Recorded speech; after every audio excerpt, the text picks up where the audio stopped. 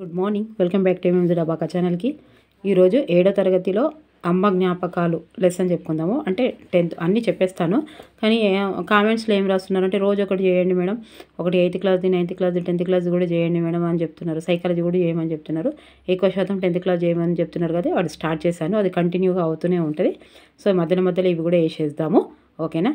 తప్పకుండా మీరు చూస్తుండండి. And first time ఎవరైతే చూస్తున్నారో తెలుగు వాళ్ళు 3rd క్లాస్ నుంచి పేపర్ 1కి అయినా సరే 2కి అయినా సరే 3rd క్లాస్ నుంచి అవసరం అండి. So much lot of information ఉంది 3rd క్లాస్లో. పీజీ వరకు జూనియర్ లెక్చరర్లలో కూడా, జూనియర్ లెక్చరర్ ఎగ్జామ్లో కూడా మన 3rd క్లాస్ నుంచి వచ్చాయి. అక్కడి నుంచి లింకప్ ఉన్నాయి కాబట్టి తప్పకుండా చదవవలసిందే, నెగ్లెక్ట్ చేయొద్దు. ఇప్పుడున్న కాంపిటీషన్లో అంతే కదా, 0.01 మార్కుల జాబ్ పోయిందంటే మనం ఎంత చదివాలో చూడండి ఇక, ఓకేనా? 3rd క్లాస్ నుంచి మొత్తం లెసన్స్ 3rd, 4th, 5th అంటే ఒక్కొక్క క్లాస్కి టోటల్గా ప్రాక్టీస్ బిట్స్ చెప్పాను. ఓకే, ఇప్పుడు అమ్మ జ్ఞాపకాలు 7వ తరగతిలో 4వ పాఠం అమ్మ జ్ఞాపకాలు. ఇవి 2-3 లెసన్స్ మొత్తం అయిపోయిన తర్వాత మొత్తం కలిపి బిట్స్ కూడా చెప్పేస్తాను. ఓకే, చాలా థ్యాంక్స్ అండి. మీరు చాలామంది వీడియోలు చాలా బాగున్నాయి మేడం, ఇలా బిట్స్ చెప్పడం మొదటిసారి అని చెప్తున్నారు. థ్యాంక్ యూ సో మచ్ అండి.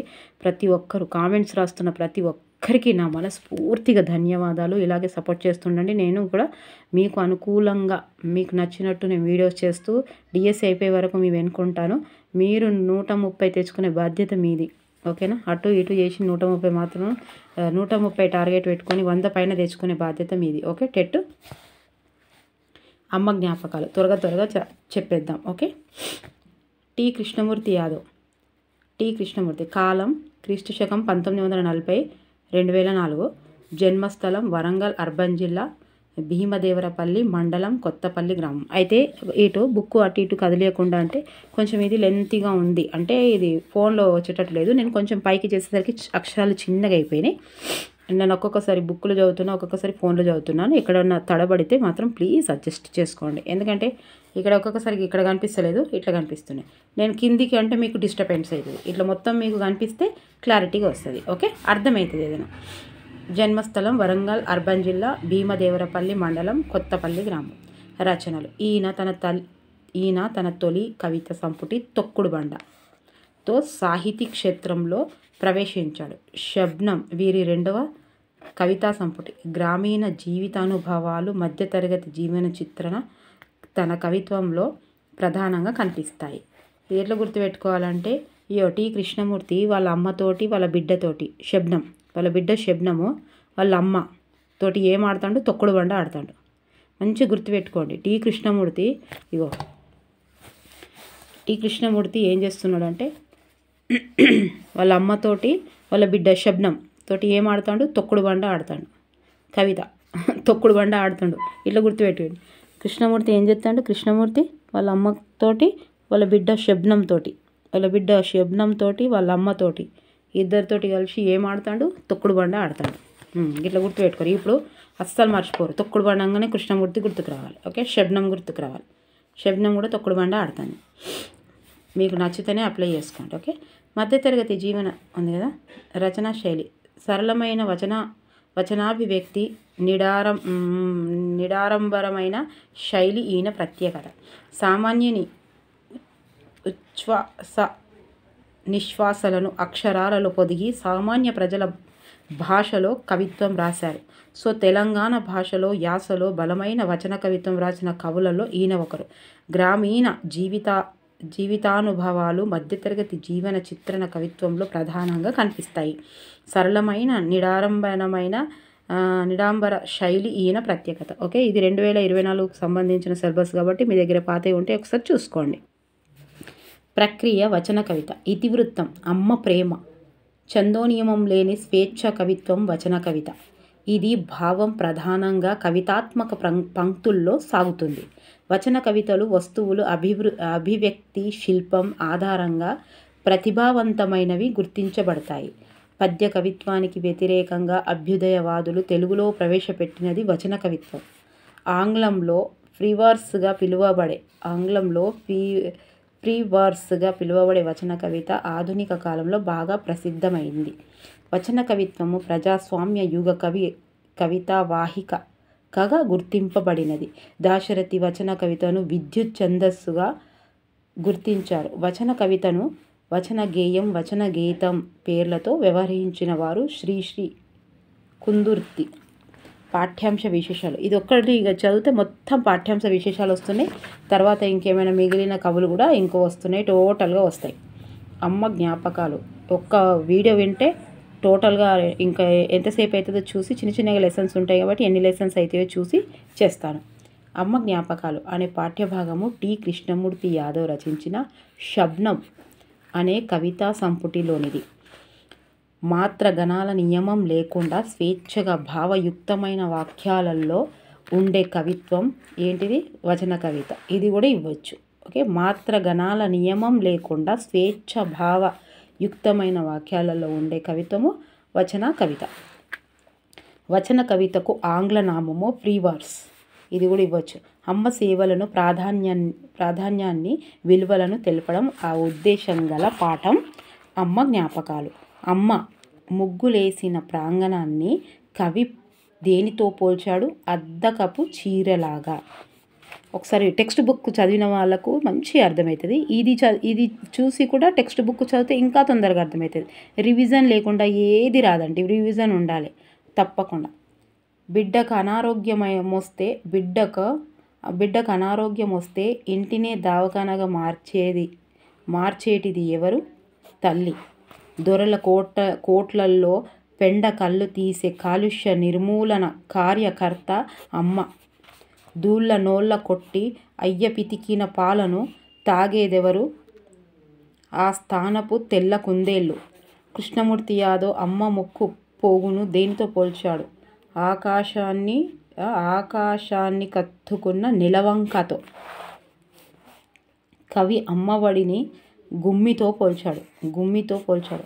అమ్మ ముక్కుపుల్ల వరహ వాతారంలో విష్ణువు ముట్టె మీద ఎత్తిన భూగోళంలా కనిపిస్తుంది. ఇవి కూడా ఇవ్వచ్చు. వరహ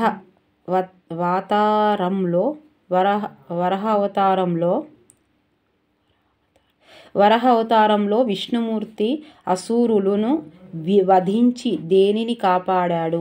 భూమిని కాపాడాడు. అమ్మకిష్టమైన అలంకరణ కాళ్ళ కడియాలు, కంచు మట్టెలు తొడుక్కోవడం. తేనె టీగల్లా అమ్మ జ్ఞాపకాలు నా చుట్టూ ముసురుతాయి. వాక్యంలోని అలంకారం ఉపమాలంకారము. తేనెటీగల్లా. మహనీయులు మాతృమూర్తులు. శ్రీరామచంద్రుని తల్లి కౌసల్య, లవకుశల తల్లి సీతమ్మ, ఆది శంకరాచార్యుల తల్లి ఆర్యాంబ, వీర శివాజీ తల్లి జీజియాబాయి, గాంధీ మహాత్ముని తల్లి పుత్లీబాయి. ఇలా మ్యాచ్ ద ఫాలోయింగ్లో ఇవ్వచ్చు. ఓకే, టోటల్గా ఉంది మొత్తం. ఇంకా అర్థాలు: ప్రాంగణము, ముంగిలి, అద్దకము, బట్టలకు రంగులు వేసే విధానం, గట్టు, తీరం. పర్యాయ పదాలు: కనకంబు, బంగారము, పసిడి, సువర్ణము, కాంచనము, హేమం, దూడ, లేగ, తువ్వాయి, కుందేలు. కుందేలు, చెవుల పిల్లి, శశం, శరభం. ప్రకృతి వికృతి: కుల్య, కాలువ, ఆకాశం, ఆకాశం, ముఖం, ముఖం. సో ఇప్పుడు మీరు స్కూల్లో చెప్పే వాళ్ళైతే మార్నింగ్ ఒక బ్రేక్ ఉంటుంది, ఆఫ్టర్నూన్ లంచ్ టైం ఉంటుంది, అండ్ ఈవినింగ్ ఒక బ్రేక్ ఉంటుంది. 3 సార్లు కూడా ఈ వీడియోస్ ద్వారా బుక్స్ అక్కడ చదవడం ఇంపాసిబుల్ కాదు కాబట్టి ఈ వీడియోస్ ఇలా వేసుకొని మీరు లంచ్ 1 గంట స్పెండ్ చేయొచ్చు. 10 నిమిషాలు అక్కడ, 10 నిమిషాలు ఇక్కడ. ఒక వీడియో, ఒక లెసన్ కంప్లీట్ కావచ్చు 10 నిమిషాలలో. ఓకేనా? ఇంట్లో కూడా ఇక అవి కిచెన్లో తోముకుంటా చేసుకోవచ్చు ఈ వీడియోస్ పెట్టి. ఓకే, ఎక్కడైతే బుక్ చదవడానికి అవైలబుల్గా లేదో అక్కడ 100కి 200% ఇది ఉపయోగపడుతుంది. చాలామందికి ఉపయోగపడుతుందని రాస్తున్నారు. సో వాళ్ళందరికీ నా మనస్ఫూర్తిగా ధన్యవాదాలండి. లైక్ కూడా చేయండి ప్లీజ్. అబ్బో సందులు ఇక చూద్దాం. ఉకారం మీద ఏదైనా అచ్చు వచ్చి చేరితే సంధి తప్పక జరుగుతుంది. దీనినే ఉత్వ సంధి అంటాము.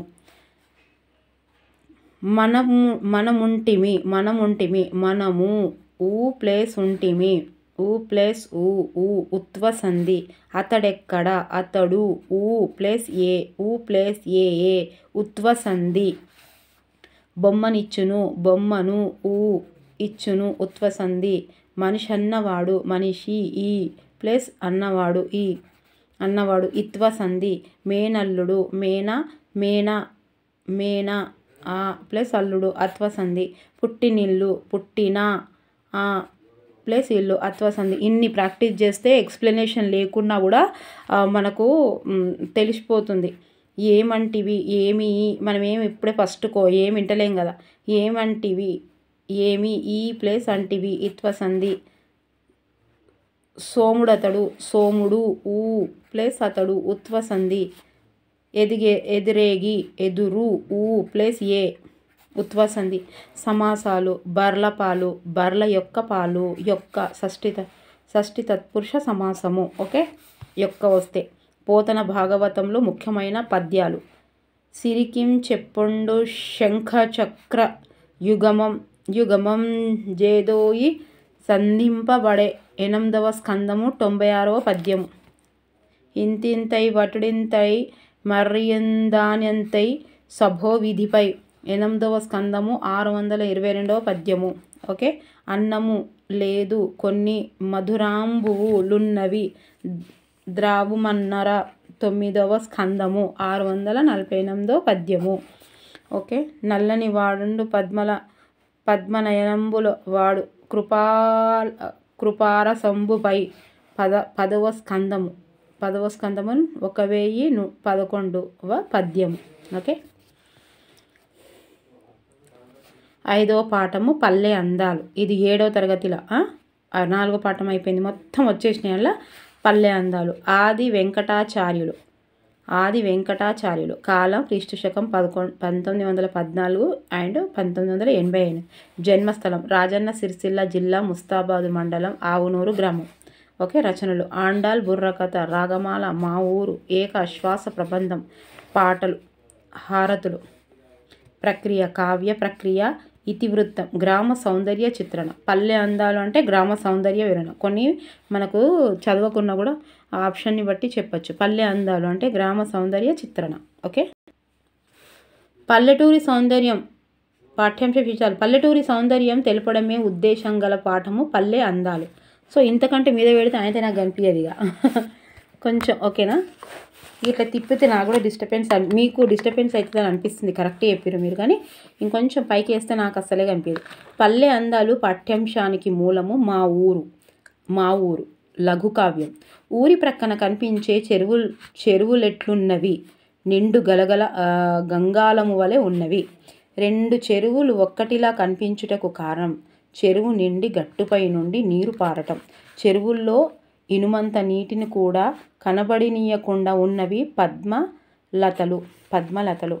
ప్రత్యుషస్సున అరుణ కిరణాల కర్షమిచ్చి సంధ్య వార్చునని కవి వేటిని గురించి వర్ణించాడు?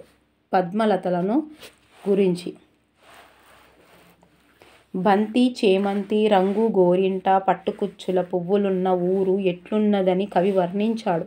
పెద్ద ముత్తైదవ దంపతుల్లాగా ఎల్లప్పుడూ ఊరికి కానుకలు సమర్పించే చెట్లు మారేడు, అల్లనేరేడు, మామిడి, రేగు, జామ, నిమ్మ, అంజూర, అరటి, దానిమ్మ, గులాబీ, పల్లె, మొల్లె, గన్నేరు, దాసన మొదలగు ఫలపుష్పాలు. ఓకే, అచ్చి వెంకటాచార్యులు ఊరిలోని ప్రత్యేకతలు. నేను ఎందుకు మెల్లగా చదువుతున్నా అంటే ఇక మళ్ళీ మీకు ఒకసారి బుక్ చదువుతారు, ఒకసారి ఇది చదువుతారు, ఒకసారి ప్రాక్టీస్ బిట్స్ చేస్తారు. ఎంత గుర్తుంటాయి? ఇంకా 2-3 సార్లు రివిజన్ లేకుంటేనే మొత్తం కన్ఫ్యూజ్ అవుతుంది. అన్నీ తెలిసినవి ఉంటాయి, మస్తు సార్లు చదివినవి ఉంటాయి. మనం మళ్ళీ క్లారిటీ ఉండదు జవాబులు అంటే ఖచ్చితంగా మనం రివిజన్ చేయలేదని అర్థం. ఓకే, ఇంకా 35 రోజులు, ఇంకా 40 రోజులు ఉంది. ఇంకా 40 రోజులలో ఇక 100 మీద ఎట్లా చేస్తారో ఏమో, తప్పకుండా చేసుకోవాలి. 2011 నుంచి రాస్తున్నారండి టెట్. మధ్యలో ఎన్నిసార్లు వచ్చిందో, ఇప్పుడు ఎన్నో టెట్టో. ఇప్పటి వరకు కూడా ఇంకా క్వాలిఫై అయిన వాళ్ళు కాలేదు. అంటే హట్ చేయడం అని కాదు, ఒక టార్గెట్ గట్టిగా అనుకోవట్లేదు అన్నట్టు, ఒక టార్గెట్ పెట్టుకోవట్లేదు అన్నట్టు. ఎప్పుడు అంతే 80లో 70లో ఉంటున్నామంటే ఎందుకు అట్లా అనుకుంటాము అని అంటే మనకు 75 కొంతమందికి 60 వస్తే పాసు, కొంతమందికి ఏమో 75 వస్తే పాసు, కొంతమందికి 90 వస్తే పాసు. అది ఎంతవరకు మనం క్వాలిఫై అవుతాము అనేది ఆ మైండ్ సెట్లో ఉంచుకుంటున్నాం మనం. ఇక 75 వస్తే నాకు నేను క్వాలిఫై అయినట్టు అని అందాకనే ఉంచుకుంటున్నాం. మరి 90 వచ్చిన వాళ్ళకు మనకు 75, ఇప్పుడు 75 వచ్చిన వాళ్ళకు 90 వచ్చింది అనుకోండి, వాళ్ళకి ఇంకా డిఎస్సిలో ఇంకా మార్కులు పెరిగే అవకాశం ఉంది కదా. అయితే ఇక్కడ ఫాల్ట్ ఎక్కడైతుంది? మనం అనుకోవడంలోనే ఫాల్ట్ అవుతుంది. మనం అనుకోవడం వల్ల మన ఆచరణ అట్లా ఉంటుంది. ఎందుకంటే 60 మార్క్స్ ఉన్నోళ్ళు నాకు 60 అటెంప్ట్ చేస్తే నేను పాస్ అవుతా అన్నట్టు. నువ్వు అటెంప్ట్ చేస్తే పాస్ అయ్యేటట్టు లేదు. ఇప్పుడు టెట్ అనేది అర్హత పరీక్ష మాత్రం కాదు, డిఎస్సిని జాబుని డిసైడ్ చేసే పరీక్ష అని ప్రతి వీడియోలో చెప్తున్నా నేను. వీళ్ళకు మరి 90 వచ్చేటోళ్ళకు 90 ఎట్లా వస్తున్నాయి, మరి 75 వచ్చేటోళ్ళకు 80 ఎందుకు వస్తున్నాయి? ఈయనే ఉంటారు 90 మధ్యలో. అంటే అందరు కాదండి, దాదాపుగా మిడిల్ 75 నుంచి 90 మధ్యలో ఉంటారు. ఈ 90 పాస్ అయిన వాళ్ళు 90 నుంచి 100, 110, 105 వరకు ఉంటారు. ఇక 60 ఉన్నోళ్ళు అందరి గురించి మాట్లాడతలేను, దయచేసి ఎవరిని అనుకోవద్దు. ఇక 60 ఉన్నోళ్ళు ఇక 75 మధ్యలో ఉంటారు. అంటే వాళ్ళు మైండ్ సెట్ అట్లా సెట్ చేసుకున్నారు అన్నట్టు. ఇప్పుడు మనకు కూడా 100 వస్తేనే మనం పాస్, లేకపోతే లేదు అంతా అనుకోవాలి. 100 వస్తేనే పాస్, లేకపోతే ఆ పైసలు పెట్టుడు వేస్ట్, ఆ బస్సులలో ఓడి వేస్ట్, ఆ రోజు కూడా మొత్తం వేస్ట్. ఓకేనా? 100 రావాల్సిందే. ఈ వీడియోలు చూస్తున్న ప్రతి ఒక్కరికి 100 రావాల్సిందే. ఎవరు కాంపిటీషన్ అనేది కదా, నువ్వు చేసే పని మీద నీకు ఫోకస్ ఉంటేనే నువ్వు చేయగలుగుతావు. చిన్న చిన్న లక్ష్యాలు పూర్తి చేసుకుంటేనే గమ్యం వరకు చేరుతాం అనేది మన మైండ్ సెట్. మీకు అర్థమవుతుందా? ఏ మాత్రం వచ్చినాయి కామెంట్ బాక్స్లో కామెంట్స్ రాయండి. మీకు నేను చెప్పింది ఏదో ఆవగిందంత కరెక్ట్ అనిపించిన, అవునా కాదా? 90 ఉన్నోళ్ళు ఎంత కష్టపడతారు తెలుసా? మస్తు కష్టపడుతున్నారు 90 ఉన్నోళ్ళు. వాళ్ళకి 90 వస్తున్నాయి పాపం. 92 నుంచి 100 వరకు ఉంటారు. ఈ 75 వాళ్ళంతా 75 వాళ్ళు మొత్తం 90 వరకు ఉంటారు. అవునా కాదా? నా సోది ఆపండి మేడం అని అన్నా సరే నేను చెప్తున్నా, మైండ్ సెట్లా ఇక 100 కంటే రాకపోతే నేను వేస్ట్ అన్నట్టు. వేస్ట్ అని కాదు, ఇప్పుడు మోటివేట్ అనేది ఎగ్జామ్స్ రాసే వరకు ఒకటి ఉంటుంది, ఎగ్జామ్ రాసిన తర్వాత ఒకటి ఉంటుంది. ఇప్పుడు ఇంటర్ పిల్లలు ఉన్నారు, ఇంటర్ పిల్లలకి ఎగ్జామ్ రాసే వరకు ఎట్లా మోటివేట్ చేయాలి? చదవాలి నాన్న, మంచిగా చదవాలి, రాయాలి, మనం పాస్ కావాలి, మనం కష్టపడుతున్నాం, అది రాయాలి. ఎగ్జామ్ రాసిన తెల్లారి నుంచి వస్తే రాని, లేకపోతే లేదు, నో ప్రాబ్లం. చదువు అనేది పార్ట్ ఆఫ్ లైఫ్ అంతే అనేది మోటివేట్ ఉండాలి. ఎందుకంటే దాని గురించి ఇప్పుడు ఆలోచించిన అవసరం లేదు, ఆల్రెడీ రాసేసినాం కాబట్టి. మోటివేషన్ అనేది కూడా సందర్భాన్ని బట్టి ఉంటుంది. ఇప్పుడు మన సందర్భం కూడా అట్లే ఉన్నది. 40 రోజుల టైం ఉన్నది. 2011 నుంచి రాస్తున్నాము, 2011 నుంచి రాస్తున్నాము. ఇంకా క్వాలిఫై కాని వాళ్ళు ఉన్నారు. అంటే తప్పు ఎక్కడ జరుగుతుంది? మన దగ్గర జరుగుతుంది. మరి బుక్లకి వెళ్ళి కాకుండా ఇంకెక్కడి నుంచి ఇస్తున్నాడా? ఇక డిఎస్సి అంటే ఎక్కడికి వెళ్ళాలని ఇవ్వచ్చు, కానీ టెట్ ఎక్కడికి వెళ్ళిస్తాడు? గదే 10th క్లాస్ నుంచి. ఎంత డెప్త్గా ఉన్నాయి ఇప్పుడు చెప్తుంటేనే అసలు ఎంత డెప్త్గా ఉన్నాయి. ఒక్కొక్క పదం ఇట్లా డెప్త్ ఉంది, ఎంత ఒక్కొక్క లైన్. సూర్యాపేట జిల్లా సిరికొండ గ్రామం. అంటే సిరికొండ గ్రామం ఎక్కడ ఉంటుంది? ఏ జిల్లాలో ఉంటుంది? సూర్యాపేట జిల్లాలో ఉంటుంది. సూర్యాపేట జిల్లా ఏ గ్రామంలో ఉంటుంది? సో ఉంటుంది.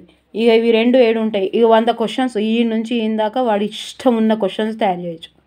ఆ రేంజ్లో ప్రశ్న సరళి ఉన్నప్పుడు మనం ఏ రేంజ్లో చదవాలో మీరు చెప్పండి. ఇక ప్లీజ్ కామెంట్ బాక్స్లో కామెంట్ చేసి రాయండి. మీకు ఇంత మాత్రం నచ్చిన, కరెక్ట్ అని అనిపించిన, ఎవరిని హర్ట్ చేసుడు కాదు, మీకు మంచి మార్కులు ఉన్న వాళ్ళకి కాదు నేను చెప్తున్నాను. అంటే మన బుక్లో నుంచి మనకి ఇంతనే సిలబస్ ఉందని తెలిసినాక కూడా ఈ హద్దులు దాటి పోదు అన్నాక కూడా మనకు రావట్లేదు అని అంటే మళ్ళీ మనం జాబ్ కోసం ట్రై చేస్తున్నట్టు. మొన్న 75 మార్కులకు కూడా జాబులు వచ్చినాయి టెట్టులో. కానీ ఇప్పుడు ఏంది 1, 2, 3 ర్యాంకులు ఉన్నోళ్ళే వాళ్ళు ఏమన్నా మాకేమైనా జాబ్ వస్తుంది అనుకోవాలి. ఇక్కడికే 10 మంది ఉన్నారు.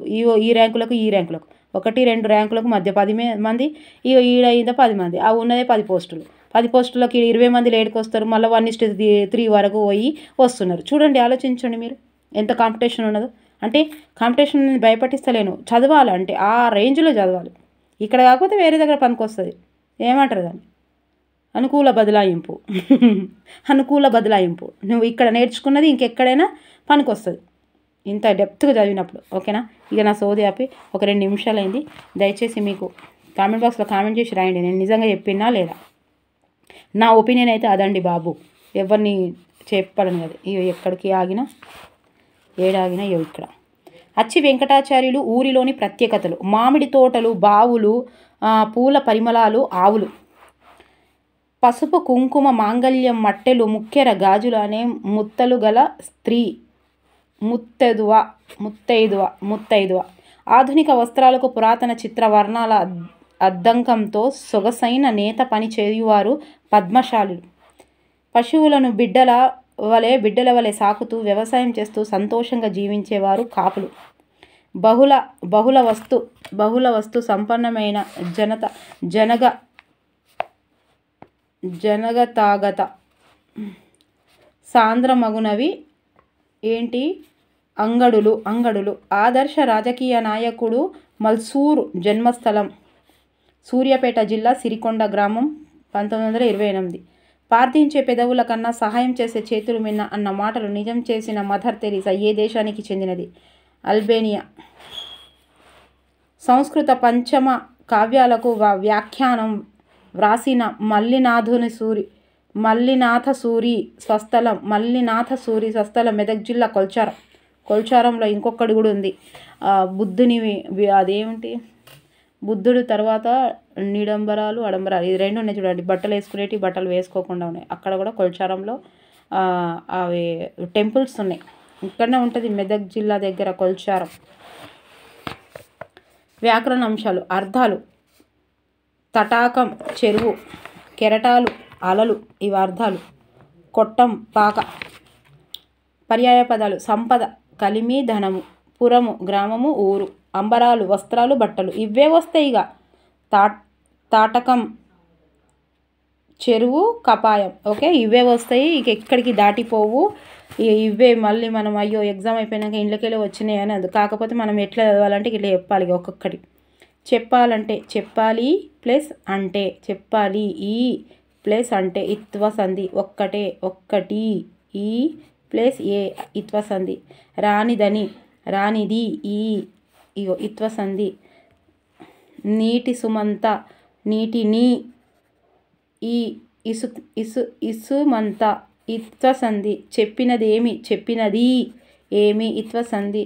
వచ్చిరప్పుడు వచ్చిరి ప్లస్ అప్పుడు ఈ ఇత్వ సంధి. ఎన్ని ఈ ప్లస్ ఏ ప్లస్ ఏ ఇగో ఈడ చేంజ్ అయింది. ఎడాగామ సంధి. సమాసాలు రెండు చెరువులు, రెండు అను సంఖ్య గల చెరువులు. ద్విగు సమాసము ఓకే ద్విగు సమాసము. సంఖ్య గల చెరువి ద్విగు సమాసము. చిన్న కెరటము, చిన్నదైన కెరటము. విశేషణ పూర్వ పద కర్మదాయ సమాసము. చిన్నదైన కెరటము అంటే చిన్నదైనది ముందు ఉన్నది కాబట్టి అది విశేషణం. కెరటం అంటే మామూలుది. కమల పత్రాలు, కమలముల యొక్క పత్రాలు యొక్క షష్ఠి తత్పురుష సమాసము. మారేడు నల్ల నేరేడు ద్వంద్వ సమాసము. చిత్రవర్ణములు, చిత్రమైన వర్ణములు. విశేషణ పూర్వ పదకర్మదాయ సమాసము. ఇక చూడండి ఈడొచ్చింది. ఇక మైనా వస్తే గిట్లా అనేది కొంచెం అది కూడా అవుతుంది. తినగ వేప తీయగుండు అన్నట్టు. రివిజన్ ఎట్లా ఇస్తుంది? పదే చదివితే రివిజన్ వస్తుంది. చిత్రమైన వర్ణములు. విశేష పూర్వ పదకర్మదాయ సమాసం చెప్పిన కదా. మాయంగడులు, మా యొక్క అంగడులు. షష్ఠి తత్పురుష సమాసము యొక్క ఓకే. అలంకారాలు. బంతి చేమంతి, భక్తితో బసవు దిద్ద, రంగు గోరంట జాతి, పారాను లద్ద. అంత్యానుప్రాస అలంకారము. దిద్ద లద్ద. మానవులున్నవి మధురములు మంచినీటి, బావులున్నవి అందాలు పరిమళించు, తావులున్నవి పుణ్యాల ప్రోవులైన. వృత్యానుప్రాస అలంకారం ఓకే. ఇక తర్వాత 6వ పాఠం ప్రేరణ అనగానే ఎవరు గుర్తుకొస్తారు మనకు? మోటివేషన్. అబ్దుల్ కలాం, ఏపీజే అబ్దుల్ కలాం గారు డాక్టర్.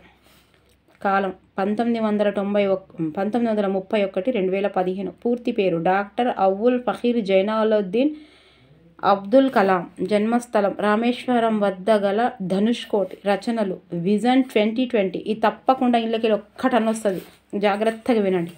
ఒక విజేత ఆత్మకథ. Ignited mind the wings of fire. An autobiography okay. బిరుదులు భారతరత్న, పద్మభూషణ్, పద్మవిభూషణ్. విశేషాలు భారత రాష్ట్రపతి, మిస్సైల్స్ మ్యాన్గా ప్రసిద్ధుడు.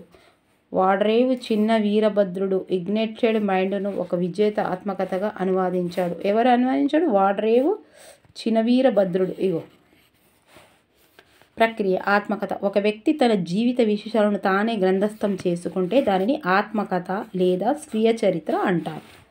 ఇది ఇతరులకు ఇట్లా అంటేనే కొంచెం డిస్టర్బెన్స్. ఇది కొంచెం చిన్నగా అవుతుంది. మరి ఇక నాకు ఇట్లా కనిపిస్తలే, చూద్దాం. స్వీయ చరిత్రలో మీకు కనిపిస్తుంది. నేను రాంగ్ చదివి ఎక్కడైనా మిస్టేక్ చదివినా కూడా మీకు మాత్రం ఖచ్చితంగా క్లారిటీగా కనిపిస్తుంది. ఓకే. స్వీయ చరిత్రలో చరిత్ర సమకాలీన విషయాలు, సాంఘిక, ఆర్థిక, రాజకీయ స్థితిగతులను ప్రతిబింబిస్తాయి. ఉత్తమ పురుష కథనంలో సాగే ఆత్మకథ ఎందులో అవుతుందని వచ్చేది. అందుకే గిట్లా చదవాలి, గిట్లా ఇప్పుడు ఏం లేదు, గిట్లా చదవాలి అంతే, టక్క అని చదువుకుంటూ పోదు. గిడికెళ్ళి ఇక్కడికెళ్ళి గిట్లకెళ్ళి ఇస్తున్నాడు ఇంతే. ఏం కలిసిన మీరు ఏ టెక్స్ట్ బుక్ చదివినా సరే ఒక్క పదం వదలకుండా చదవాలి. ఉత్తమ పురుష కథనంలో సాగే ఆత్మకథ ఆంగ్ల సాహిత్య ప్రభావంతో తెలుగులోకి ప్రవేశించింది. భారతదేశంలో రాజా రామ్మోహన్ రాయ్, ఆంధ్రదేశంలో వెన్నెలకంటి సుబ్బారావు గారు తొలి స్వీయ చరిత్రను రచించగా, కందుకూరి వీరేశలింగం తెలుగులో తొలి స్వీయ చరిత్రను రచించాడు. ఈయనే ఎక్కడ కందుకూరి వీరేశలింగం తొలి స్వీయ చరిత్ర రచించగా తెలుగులో తొలి స్వీయ చరిత్రను రచించాడు. పాఠ్యాంశ విశేషాలు. ఇతివృత్తం వ్యక్తిత్వ వికాసం. ఒక వ్యక్తి తన జీవిత విశేషాలను తానే గ్రంథస్థం చేసుకుంటే అది ఆత్మకథ.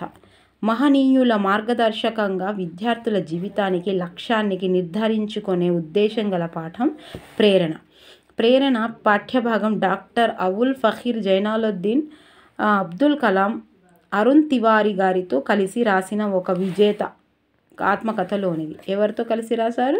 అరుణ్ తివారీ. స్వీయ చరిత్ర లేదా ఆత్మకథ ఉత్తమ పురుష కథనంలో ఉంటుంది. ఉత్తమ పురుష, మధ్యమ పురుష, ఇంకేం పురుష? ప్రథమ పురుష.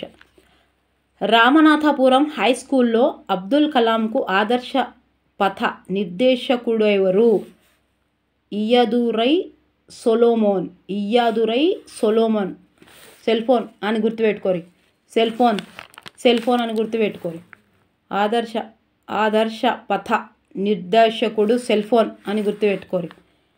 మందబుద్ధి శిష్యుడు ఉత్తమ గురువు నుంచి నేర్చుకోగలిగిన దానికన్నా ఉత్తమ విద్యార్థి చెడ్డ ఉపాధ్యాయుడి నుండి కూడా ఎక్కువ నేర్చుకోగలడనే వాడు ఇయ్యాదురై సొలోమన్.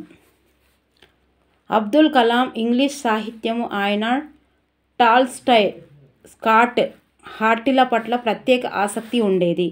కలాం ఏ ఇన్స్టిట్యూట్లో ప్రవేశానికి దరఖాస్తు చేసుకున్నారు? Madras institute of technology. ఒక్కసారి అంటే గుర్తుంటుంది. నేను నీకు 3 రోజుల టైం ఇస్తున్నాను. సోమవారం ఉదయానికి కానీ విమాన నిర్మాణం డ్రాయింగ్ పూర్తి కాకపోతే మీ స్కాలర్షిప్ని ఆపవేయాల్సి ఉంటుంది. ఎవరన్నారు? ప్రొఫెసర్ శ్రీనివాస్ కలాంతో అన్నారు. ప్రొఫెసర్ శ్రీనివాసన్. కలాం ఎంచుకున్న ఉద్యోగం రక్షణ మంత్రిత్వ శాఖలో ఉద్యోగానికి ఢిల్లీకి వెళ్ళాడు. జీవితంలో విజయం సాధించడానికి పట్టు సాధించవలసిన విషయాలు: కోరిక, నమ్మకం, ఆశ పెట్టుకోవడం. ఇయ్యాదురై సొలోమన్ కలాంలో మేల్కొల్పిన లక్షణం ఆత్మగౌరవం. కలాం దృష్టిలో ఆధ్యాత్మిక ఉన్నతికి, ఆత్మ సాక్షాత్కారానికి మార్గం సైన్స్. బంగారు గాజులు కుదువబెట్టిన కలాం ఇంజనీరింగ్ విద్యకు తోడ్పాటునందించిన సోదరి ఎవరు?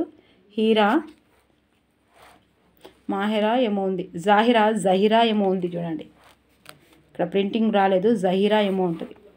కలాంకు సరియైన మార్గంలో నడిపించిన తండ్రి మాటలు: ఇతరుల్ని అర్థం చేసుకున్నవాడు విజ్ఞాని, తనని తాను అర్థం చేసుకున్నవాడు వివేకి. వివేకం లేని విజ్ఞానం ప్రయోజన శూన్యం. విశ్వాసంతో నువ్వు నీ విధిని కూడా తిరిగి రాయగలవు అని అబ్దుల్ కలాం గురైన మదురై సొలోమన్ అన్నారు. మన విమానాన్ని మనమే తయారు చేసుకుందాం అనే వ్యాసాన్ని అబ్దుల్ కలాం రాశారు. కలాం 15 ఏళ్ల వయసులో రామనాథపురం హై స్కూల్లో చదివారు. ఎక్కడ చదివారు? ఇగో ముస్తఫా కమల్ అబ్దుల్ కలాం గారి అన్నయ్య. స్టేషన్ రోడ్లో కిరాణా దుకాణం. ఓకే. కలాం కిరాణా దుకాణంలో ఎక్కువగా అమ్మినది బీడీలు. తమ్ముడు కాసిం మొహమ్మద్ ఫ్యాన్సీ షాపు. కలాం గారి గణిత శాస్త్ర ఉపాధ్యాయులు తోతత్రి అయ్యంగార్, సూర్యనారాయణ శాస్త్రి. తోత సూర్య గుర్తుపెట్టుకోరి. తోత సూర్య. సెయింట్ జోసెఫ్లోని ఉపాధ్యాయులంతా ఎవరి అనుచరులు? కంచి పరమాచార్య. కలాం గారి డిజైనింగ్ ఉపాధ్యాయుడు శ్రీనివాసన్. రా నాతో పాటు ముందు కూర్చో అని కలాం గారిని పిలిచినది ప్రొఫెసర్ స్పాండర్. నువ్వు నా బెస్ట్ స్టూడెంట్వి, దేవుడే నీ ఆశ్రమము మార్గదర్శి కాగలడు అన్నది స్పాండర్ కలంతో. ఎవరికో ఒకరు కనిపిస్తే కదా మనం చేస్తున్న పనులు. ఫ్యూచర్ అనేది ఏది లేదండి. ఈరోజు మనం చేస్తున్నది రేపు ఫ్యూచర్ రేపు అనేది ఏది ఉండదు. నువ్వు ఏ రోజు అయితే ఏం చేస్తున్నావో, ఏం ఆలోచిస్తున్నావో, ఈరోజు ఎలా గడిచిందో అదే రేపు, అదే భవిష్యత్తు. నిజంగా ఏది ఉండదు. ఇంకా రేపు అనే దానికి రూపం లేదంటారు కదా పెద్దవాళ్ళు. అది ఎంత కరెక్ట్ అనేది అంటే, మనం ఈరోజు ఈరోజు మీరు ఏం చేసిర్రు, స్కూల్కి పోయిర్రా, బుక్ చదివిరా, అది ఏం చదివిర్రు అనేది రేపు అంతే. అదే భవిష్యత్తు. నీకు మార్కులు రావడానికి, నీకు జాబ్ రావడానికి అన్ని కారణాలు అవే. ఇది కాకపోతే వేరేది. అంటే దేవుడు మనకు ఒకదానికి కష్టపడితే అదే ఇవ్వడానికి కాదు కదా. ఒకటి కష్టపడితే ఇంకా వేరేది కూడా రావచ్చు, ఇంతకంటే మంచిది రావచ్చు. కాన్ఫిడెన్స్ లెవెల్స్ ఎప్పుడు తగ్గాయి. పని చేస్తున్నవాడు ఎప్పుడు నష్టపోడండి. ప్రయత్నం ఆగకుండా ప్రయత్నం చేసేవాడు ఎప్పుడు ఎక్కడ తగ్గడు. నువ్వు నా బెస్ట్ స్టూడెంట్వి, దేవుడే నీ ఆశ. పాస్ అవినాం కదా. కలాం సాంకేతిక ప్రతిభను తీర్చిదిద్దిన వారు professor Sponder, professor Pandalai, professor Narasimha Rao. Okay. Kalam చదువుకునే రోజులలో MIT డైరెక్టర్ ప్రొఫెసర్ శ్రీనివాసన్. వ్యాకరణ అంశాలు.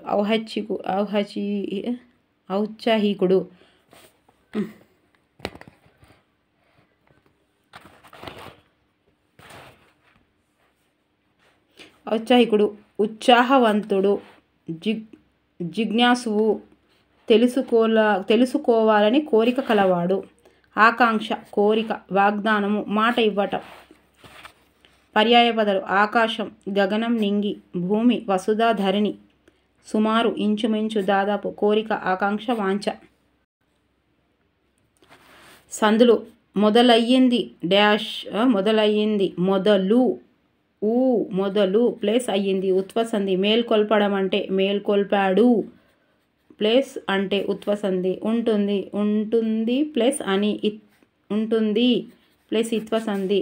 నాకిప్పటికి, నాకు, ఇప్పటికి ఉత్వసంధి. నైపుణ్యము ఉత్వసంధి. ఆదిత్య మంచి బాలుడు. ప్రథమ విభక్తి. ఆదిత్య మంచి బాలుడు. వ్యాఖ్యలలో విభక్తులను. సూర్యనారాయణ శాస్త్రి గారితో నడిచాడు.